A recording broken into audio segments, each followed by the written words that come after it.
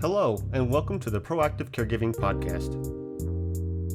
As a CPA with over 20 years as an industry accountant, Jessica stepped away from the corporate world to become a full-time caregiver for her mother.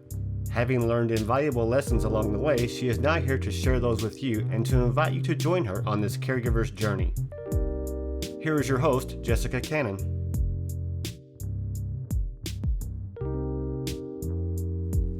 Hello everybody, I am so glad you're here with me today. I am the Proactive Caregiver and I specialize in educating others on how to be proactive by empowering you, the caregiver. If you cannot take care of yourself, then you cannot take care of your loved one. And part of taking care of myself was learning about the stages of dementia. Dementia is such a broad term to explain well over 100 different ways our brain can deteriorate, causing the loss of basic functions. One of the first ways I began to understand this term and what was happening to Mom was to grasp these stages very well. A couple years ago, when I realized Mom was in late stage 5 out of 7 stages, I feared experiencing the inevitable. Would I be able to recognize the signs of dying?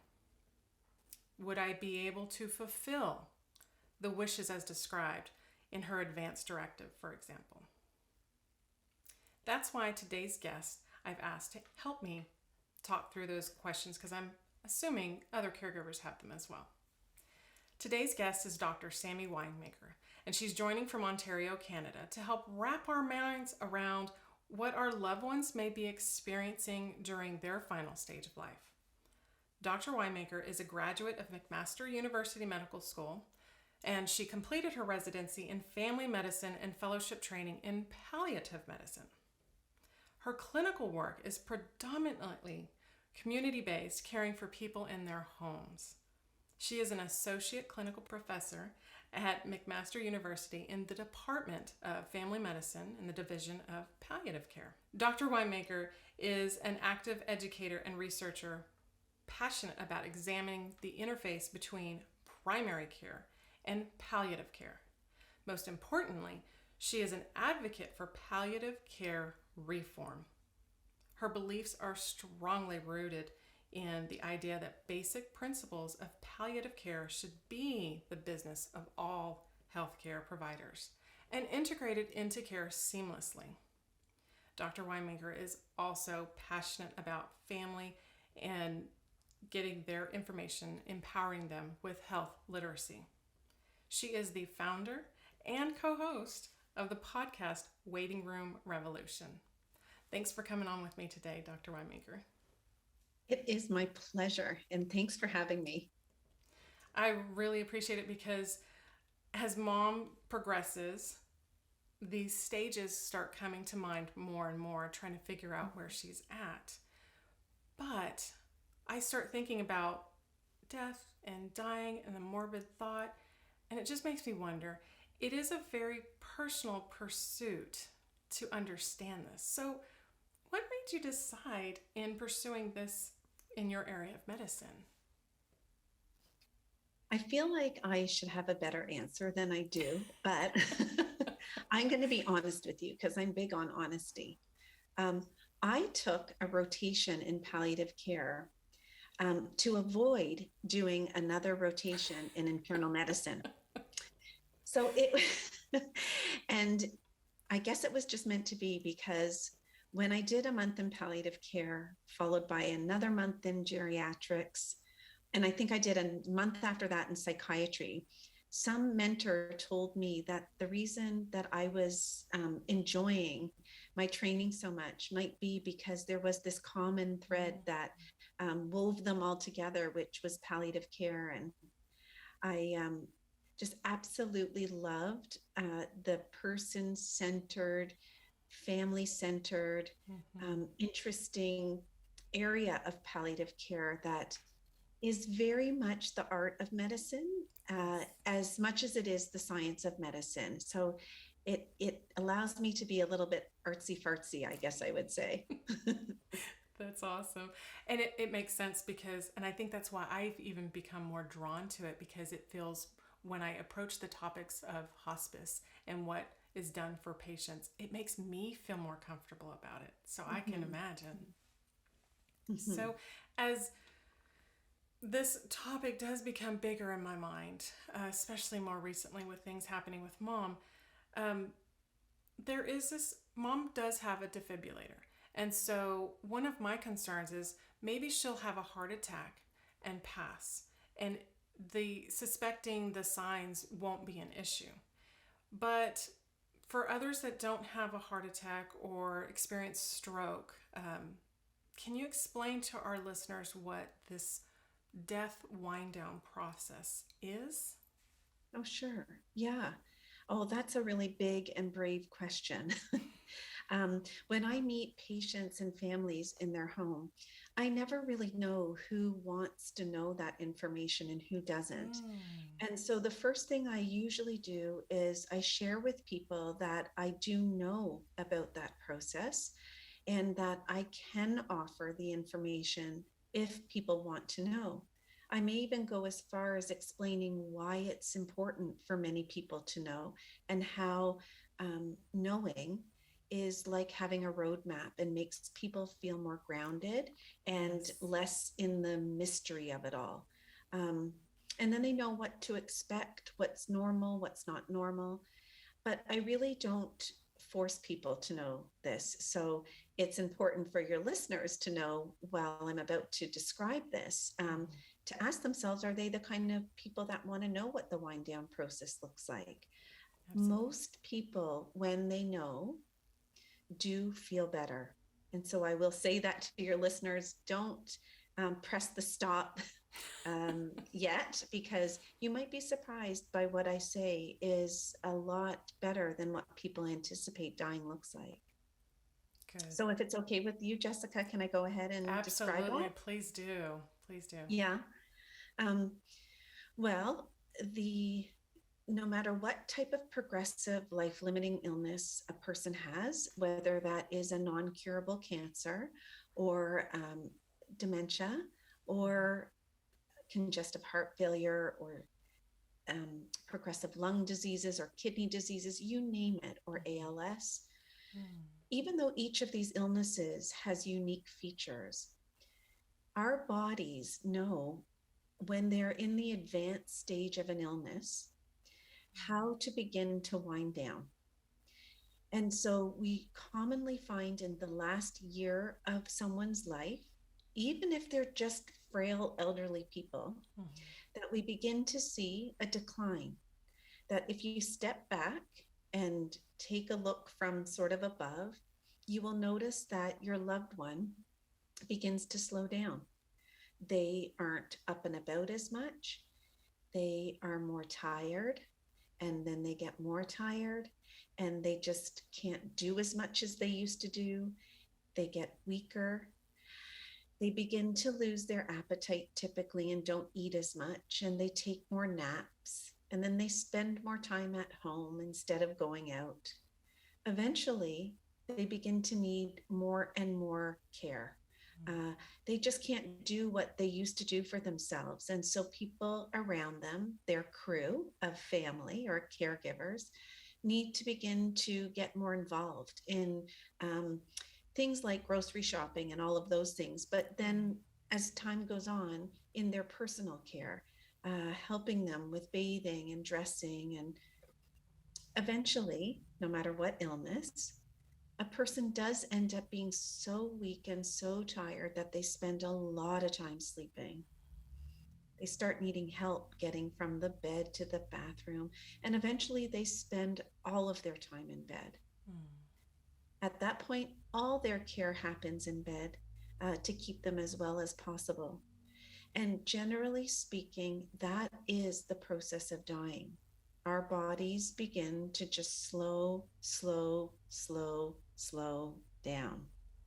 The loss of appetite is a signal, typically, if there's no other cause, that this is beginning to happen. And it is one way of our body preparing for the slowdown process. That's very interesting, because as I observe mom, and sometimes I try and stay in the moment and enjoy that quality of life with her as much as possible. And then something will happen that she doesn't normally do, or she seems a little bit more fatigued and she is getting to be more tired. And I start thinking in my mind, oh no, because I am on the other side of it where I do want to know, and I do feel like I need to be prepared. It's in my personality to just try to be as prepared as possible for everything, because for me it helps me to make the plans, get it all set up, and then sit back and relax and enjoy life as it is. But watching these signs and seeing her get slower and slower, it also makes this panic of, oh no, it's happening, it's happening. And then no matter how much I can prepare for it, it still gives me that feeling of anxiety of it's happening, oh no, in a different way. And so going from this slowness, and then all of a sudden she's not as slow. She has a burst of energy and a improvement of appetite, where sometimes the appetite is outrageous, but and then it's right back down again to this back slowing. So it's like noticing this ebb and flow and trying to, I know you can't predict when someone's last breath is going to be, or when they are going to begin their slow down process. So in my mind, trying to help her, and of course that's where I think many caregivers find their stress and frustration, is we're all trying to help our loved ones. And I'm thinking, oh, I need to just, maybe she's slower or she's more tired because maybe she needs more exercise in her diet or in her daily exercise. And that doesn't always seem to be the case. Yeah, I can speak to that. I can appreciate that from the caregiver's perspective, that they're constantly scanning for signs, and looking for change and the meaning of the change, right? So one thing to keep in mind is the wind down process that I described is a general process. And then we look at an individual illness category and layer that on top, because on top of that common decline, people who have dementia will have clear milestones or bus stops along the way that tell us whether or not a person is in the first, second, third advanced terminal chapters. So we would match the fatigue and the weakness with, are there other features that suggest that this person's in the advanced stage of dementia or heart failure or ALS or whatever the illness is, to help corroborate what we're seeing. From a caregiver's perspective, you might not have all of that intel. But what I wanted to say is that it's really important to look for trends, and not change in the daily weather. It's more, what's the climate I see? So you'll have good days and bad days, and good weeks and bad weeks. But really the wind down process I'm talking about is really stepping back and erasing, the good days and bad days, and just asking yourself, every month now, am I starting to see that mom is not as good as last month? Is that a trend now from month to month to month, even though she still has good weeks and bad weeks? But can I say every month she's running out of stamina, that it seems like she needs more help? And then that flows into week to week to week to week, then day to day to day. So what I'm saying is you can feel and see it coming. It's not just a one bad day or one bad week. It is a process of decline that goes through a phase. And you just have to really step back and look from a bird's eye view or 10,000 feet from above looking down, and not get too into the weeds of a good hour or bad hour. You look for trends, trending down, not just a moment of being down. That's interesting. So I may be able to spend more time with her, or at the time that I do spend with her, be able to start doing this trending. So if I'm able to indicate or feel that indication of maybe her wind down process is actually beginning, are they aware that they are in this wind down process? It's a good question. With people with dementia, I'm not sure they would be aware of the wind down process. But for other patients, they might be. So, for example, I have many patients with end stage heart disease or lung disease or cancer who say to me, this doesn't surprise me, this conversation, because I can see, I mean, this is my body and I can tell I'm changing. Um, Family members can also sometimes step back and say, yeah, I mean, it doesn't surprise me, Dr. Winemaker, that this is happening because we see it. We can see that something's happening. Right. And this is despite getting any, treatments or, and there's no infection like a urine infection or a change in medication or pneumonia. There's nothing that seems to be the cause of this change that is seen. And that's another sign that you can't put your finger on why the person is trending down. Well, that's because there's nothing reversible here. Right. And so, yeah, so some patients are really in tune with themselves and they can tell they're winding down. And in other conditions, they probably have too much going on with their brain to begin with, that they may be less aware. But we can't know for sure, right? I don't know. I can't answer that for sure. It's and I've accepted that. I just learn day by day, be by her side, and just experience as much as I can with her. Good quality, bad quality, the good days, the bad days, all of that. It just, as I get closer, or I think I'm already starting to feel that trending that's happening, and it's that difference of accepting it and fighting, letting it go versus trying to stop it. Because like you said, that this is not something you can stop. It's just a matter of feeling comfortable with it and understanding it so that as it continues to happen, it's a process that we slow down with them as well. The grieving and all of that goes with it, we're kind of slowing as they're slowing. Jessica, I think it's also important to say that the first thing you want to do when someone changes as a healthcare provider is be able to rule out that something else isn't fooling us. Of course, we wouldn't want to just say, oh, mom's entered into that chapter. If it's because she, has a urinary tract infection and she's looks so much worse because something else is causing it. So the first thing we do is make sure that there isn't something potentially reversible here, if that's the goal of care. But if we don't find anything and we can again match it with the known stages of a particular illness like dementia, then we could with pretty decent certainty say to someone like you, Jessica, as the caregiver, what you're seeing here is very normal. It's a very anticipated stage of dementia.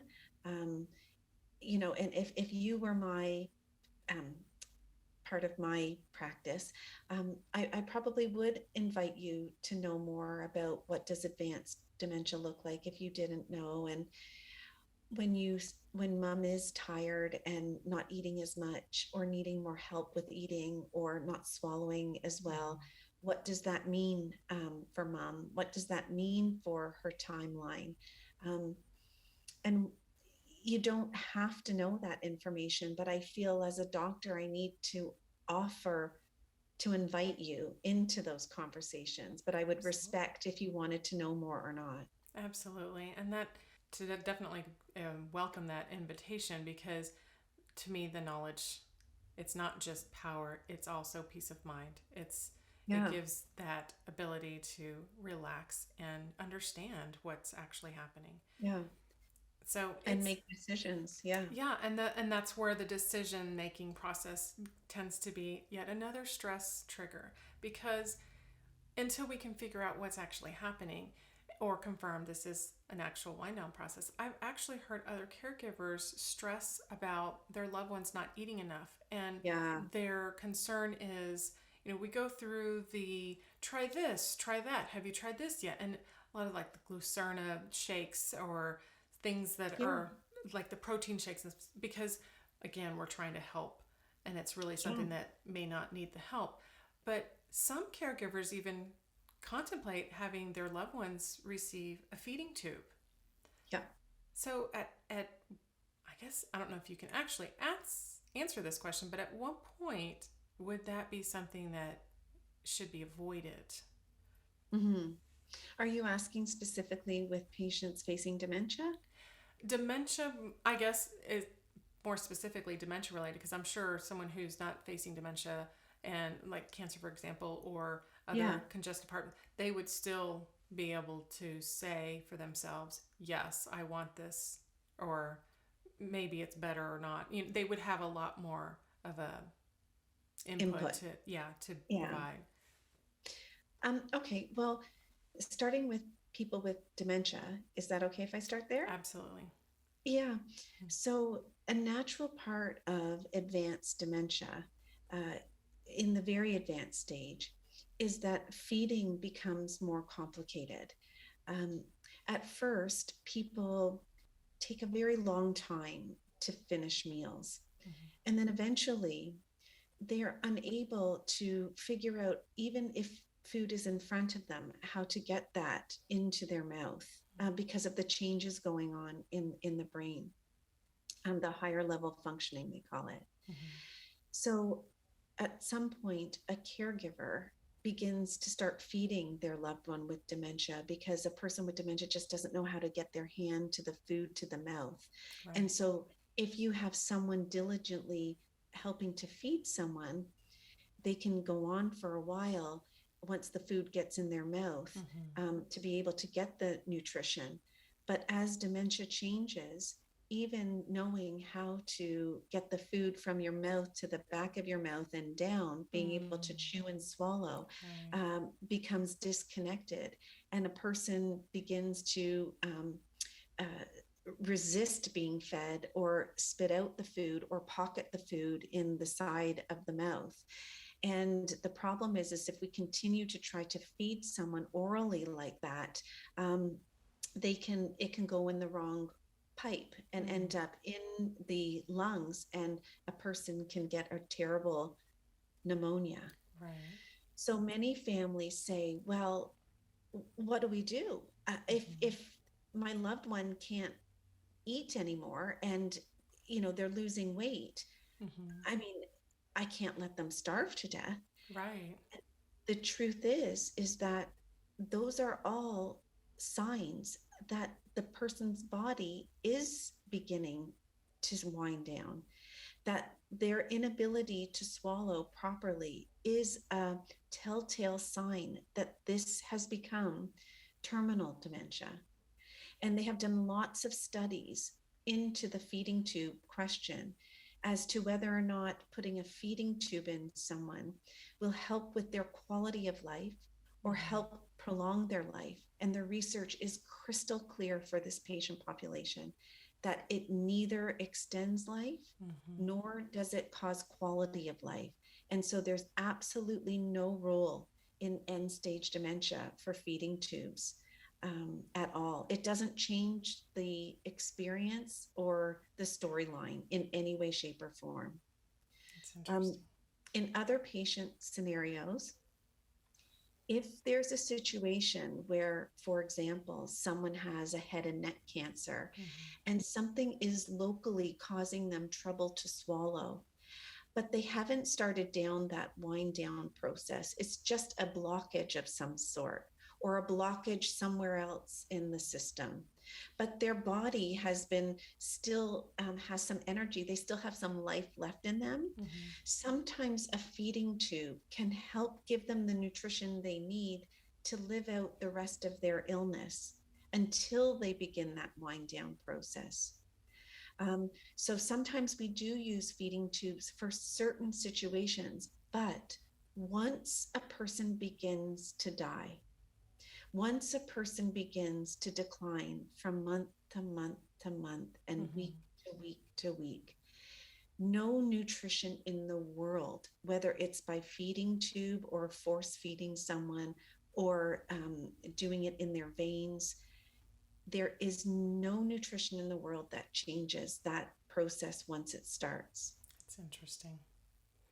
That's very interesting because that at that point in time, if a caregiver is not prepared for that and watching their family member, that that internal instinct to fight for life is there. It is a very heartfelt experience if you don't realize what the meaning of it is. And families stress so much about food and nutrition. It's a very common issue that comes up when I visit patients and families, because of course that's the way we heal each other and ourselves when we're ill, when we're well, right? Like if I get the flu, we have, chicken soup. And if we have surgery, we want to eat well to regain our nutrition and our stamina. It's the way our entire lives we have grown and stayed well, celebrated and shown our love to each other. So trying to explain how we're shifting lanes at the end is really, really heartfelt for families. And that's really important for us to appreciate on the healthcare side of things.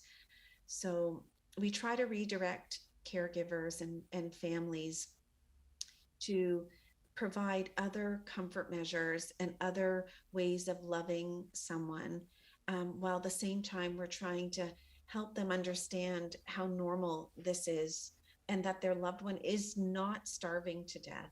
Right. This is a very different process than starving to death. This is normal. And the idea, even as you say that, the idea of death and watching them go to it, I know the concept of it is very normal, but the feeling of it and witnessing of it doesn't feel normal. No, it doesn't. And that's where I feel like there is a little bit of a gap, and which I absolutely appreciate doctors like you, Sammy, because you're able to explain this and help family members, not just the patient, but the family members understand what's happening and what's normal, what's not, what to feel comfortable with, and when to act and when to just value those moments. But the healthcare industry, that's one of the things you had mentioned, and becoming more of an advocate towards bridging that gap with healthcare and palliative care, because I see a huge difference between whenever I take mom to the doctor for an inpatient or an outpatient procedure versus speaking with hospice representatives that help get that idea, because those are conversations we have to start having. And I think sometimes the problem is sometimes caregivers expect a lot more from the healthcare industry than they're going to find. And the healthcare industry ends up being a little bit more limited, and it's limited being that they're there to do the jobs that they are hiring. Like you chose palliative care, but others may have chosen a different specialty for that reason. They're not understanding that connection of how to help others and help caregivers and help the family members that are in there to understand. So, if you had a magic wand to wave here, what would be one of the areas that you would love to be able to reform in healthcare? Do you have an hour? But I know we don't, but okay. Well, Jessica, what I will tell you is that if I had a magic wand, I would make sure that in nursing school and in medical school and all of our training, that we would make sure that every nurse and every doctor graduated knowing that providing a palliative approach is part of everyone's business. It is not reserved for palliative care specialists. This is everyone's business. Everyone's got a stake in it. Every cardiologist, respirologist, geriatrician, oncologist, everyone should be trained properly so that they can naturally provide a palliative approach when it's appropriate for their patients who are facing progressive illness, and not at the 11th hour, Right. that they integrate this into their skill set while they're caring for people right from the diagnosis. Because, for example, if someone is diagnosed with dementia, we know what the average life expectancy is. We know what the different stages are. We know that a palliative approach is appropriate, maybe in small proportion at the beginning, and grows over time as time goes on. But you shouldn't have to transfer to another team to get that type of care. Yes. That type of care should be integrated into the care of the physician who's taking care of that person with dementia while they're still exploring disease modifying opportunities, that both of these things can exist and coexist together. So this old fashioned idea of palliative care starts right at the end, and it's really only if you get a palliative care specialist, is so old fashioned. Yes. It's a philosophy of care. It's an approach to care. And it starts from the time of a diagnosis of a progressive life limiting illness. And it's woven in seamlessly so that the patients and families and caregivers never feel like there's been a transfer of care to palliative care. It is just integrated so seamlessly that it just feels for the patient and the caregiver like good care. That's all it is. Absolutely. Thank you so much for saying that, because that is something that as a caregiver, I have taken mom to a handful of different specialists and feeling that disconnect from each one and trying to figure out how to get them all on the same page. And for me to be on the same page to understand what everything is and not feel like I have had to become this medical detective. And only until recently, after doing this for a couple of years now, have I been able to finally connect mom's cardiologist, for example, with her gerontologist. And the services that are available are there for her, but the communication and the flow of all of it, it does give me that final feeling that, and the confusion and frustration in addition to it, because then I'm talking to the cardiologist, they've explained this is the status, these are the needs, this is what you can expect, or they water it down for the sake of the patient. You're fine, you're great, you're good, you've got several more years to go. And in my mind I'm thinking, I think I'm recognizing some of those trends that you were talking about, but that disconnect is there. And it's almost as if, well, I've done my part, I can just pass you off to the next stage or the next specialist and let them dig into the details. And so then I feel, and I cannot imagine mom before she was even in these advanced stages being passed to the next specialist and the next specialist, aside of feeling that what's wrong with her, what's wrong with us, what's wrong with this process. Oh, now we have to go somewhere else and hope that we get more answers. And a lot of times, instead of looking for answers, we're looking for the comfort. We're looking for the knowledge that says, this is normal, you're okay, this is the process, this is what you can expect going forward. And so now my detective work is, when do I contact hospice? When do I start getting that ball rolling? Because I have no idea, or at least the little bit of idea that I'm starting to understand is not knowing.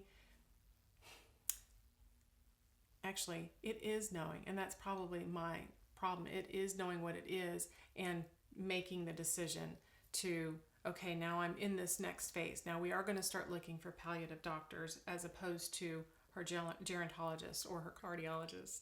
And so I love that you put it that way, because going from one doctor's office to the next, I always walk out wondering, okay, there's one piece to the puzzle, there's another piece to the puzzle, and let's connect, it's like playing the game of Operation and trying to connect it and not feeling that zap of frustration and anxiety from not being able to fill in the gaps.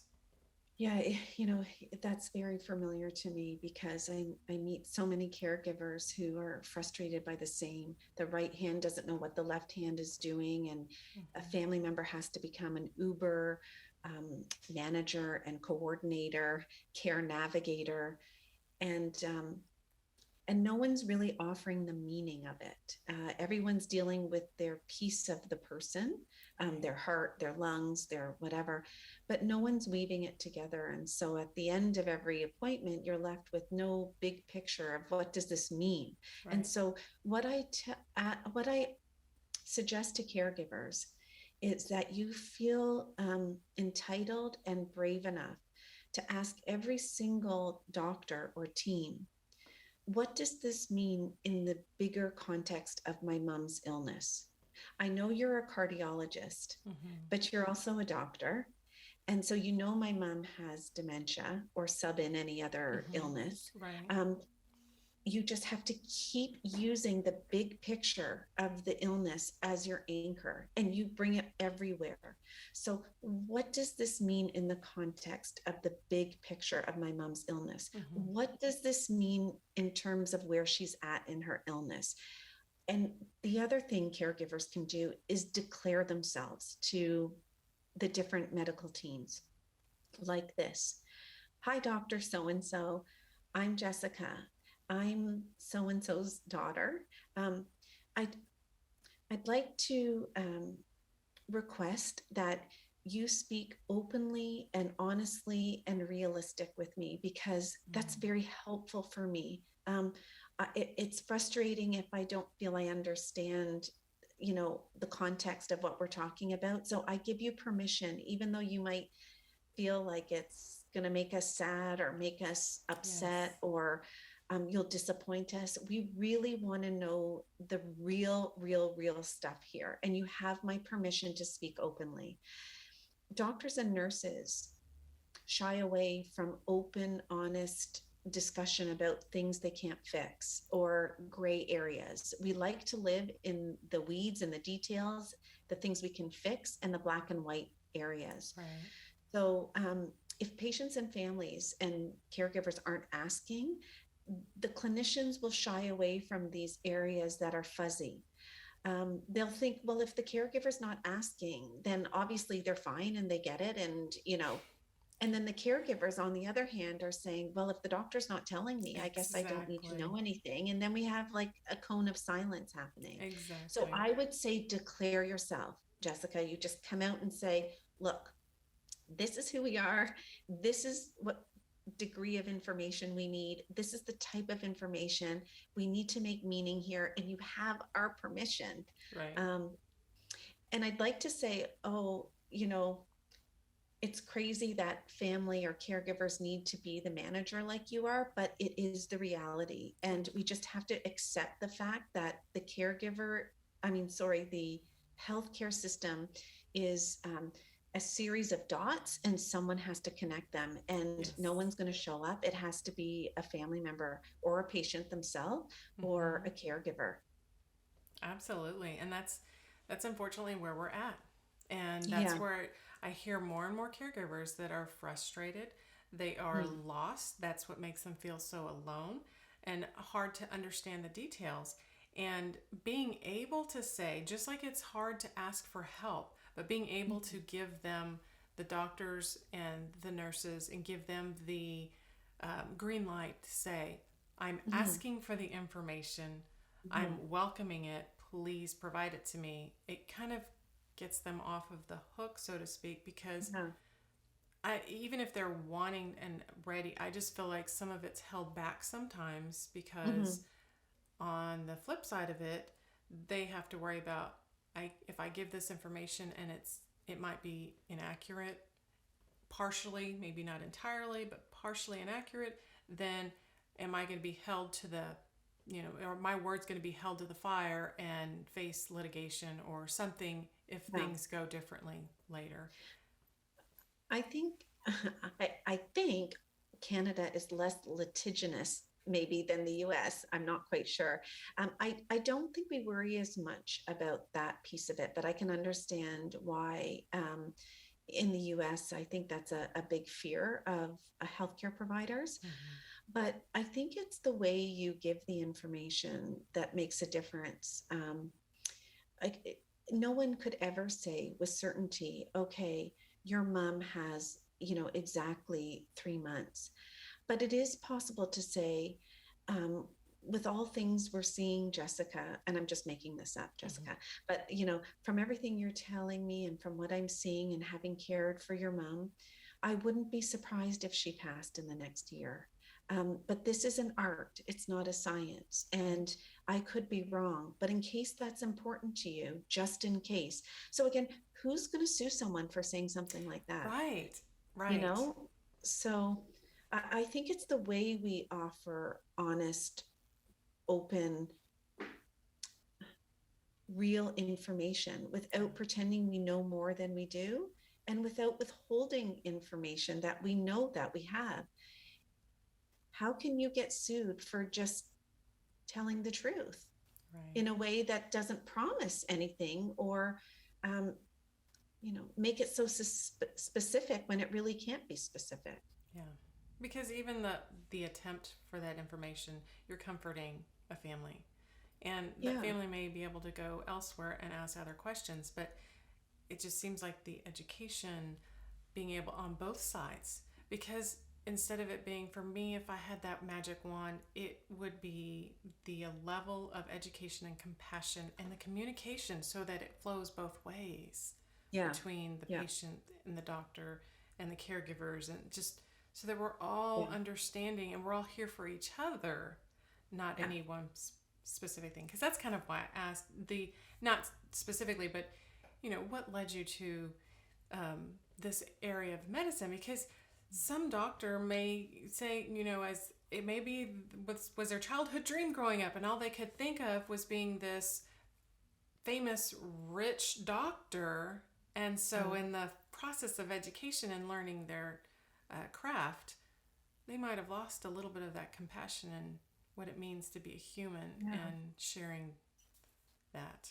Yeah. Well, what I will tell you is that they have done studies on the amount of compassion med students retain as they go further and further in their training. And most unfortunately, um, some compassion is lost from year to year to year. Most doctors, I would hope, are going into this field because they really, really care and want to help people. But healthcare is such a broken system, and the Mm-hmm. things that drive care, like financial bottom lines and resources and Yes. politics and red tape and all of these things, it ends up, unfortunately, sucking some of the compassion out of doctors. And when they're spit out at the end of their training, often forget, what it was that brought them into the training. Right. And I think that is also why so many students that I have come with me, residents, um, absolutely can't believe how wonderful palliative care is, because it reminds them of why they went into medicine to begin with. Mm-hmm. It is very human centered type of medicine. It's real, authentic, caring medicine that looks at the whole person. And I think in palliative care, we, like no one else uh, does, appreciate the family and the caregiver, um, who are caring and shouldering all the care in between the hours that are many more than when the person's Mm-hmm. with healthcare. That families and caregivers are really our unsung heroes. Um, when I see people say, oh, yeah, nurses and doctors are the unsung heroes, I say to myself, yeah, maybe, but it's the family. It's the family that are the first responders. It's the caregivers that have to respond to the crisis at hand, Yep. um, and have to do all the care. So we could not possibly do what we do without family and caregivers. And I think that if I had a second magic wand, I would say that we really do need to take a better look at how we incorporate families and caregivers into our care Yes. team so that they are woke, they are prepared, they are financially paid and supported to be in that role, um, and that they are respected. So, yeah, I can't say that enough. Yes. Thank you for saying that, because I absolutely agree. I think the number of caregivers are growing for all sorts of reasons, and the number or the percentage of their stress is all growing for all of these reasons. Mm-hmm. So Mm-hmm. I think it's interesting and it's exciting to me that you started your podcast as well. Can you tell me a little bit about your podcast and how you're reaching others through it? Yeah, I would love to. The podcast was born out of frustration, um, of feeling like, we were trying, my co-host and I, his name is Cian, we were trying to change the system, improve healthcare, improve the illness experience for people facing progressive life-limiting illness. And it wasn't happening fast enough. We were trying to help from a systems perspective and help educate healthcare providers to change their old-fashioned ideas about at the healthcare journey. And we were so frustrated, like a fly against a window, just didn't feel like it was moving fast enough. So we decided, okay, we're still going to help in those ways, but now we're going to pivot. We are actually going to bring this information to the consumer, the patients, the families, and the caregivers, and we're going to tell them all the secrets and all the inside scoop and behind the white curtain, the kind of stuff that they have to know and that they deserve to know from the time they're diagnosed, so that they can improve their illness journey without having to rely on waiting for a doctor or nurse to give them more information. So we arm the listeners with a new way of approaching the healthcare system, a new way of approaching their progressive illness, so that effectively they are sucking out a palliative approach without even knowing it from the healthcare system. I love that. It's amazing. It's called the Waiting Room Revolution. Season 1 is the heart of our movement, to create a tidal wave of new patients, new family, new caregivers that come to the healthcare system activated, empowered, and force the system to change by being different type of consumer of healthcare. Yes, We've had really good feedback about it too. It's helped a lot of people, and I think for your audience, they might find it helpful as well. Definitely, because we get stronger together, and we learn. As we learn, we are stronger in this caregiver journey, the more information we can learn. So how do our listeners find your podcast? Where do you have it listed? We have it listed on Apple and Spotify and all the usual places, but people can just go to our website, it's waitingroomrevolution.com. Nice. And they will find our website, and all of it's there, plus more stuff to sink into. Perfect. Well, thank you so much, Sammy, for spending the time with me today on the signs of dying. I appreciate it, and I know other caregivers will appreciate it as well. And finding your podcast as well, because there's so many questions, and if we had even more time, we would definitely go deeper into some of these other topics. But thank you for giving me your time today. It is my pleasure, Jessica. Thank you so much for the work that you do and for being an amazing caregiver for your mom. I appreciate it. I will take that. Thank you. So thank you, ladies and gentlemen, for joining in today with us. You can find more about this topic on the blog at jessicalazellcannon.com. And I hope this gave you more food for thought. And until next time, be proactive. Take care, everybody. Thank you for joining us today. We really hope you've enjoyed this episode. To learn more about proactive caregiving and to hear other episodes of this podcast, please visit www.jessicalazellcannon.com. This podcast is produced by Cannon Light Media, LLC, www.cannonlightmedia.com. Music provided by Chris Paradise.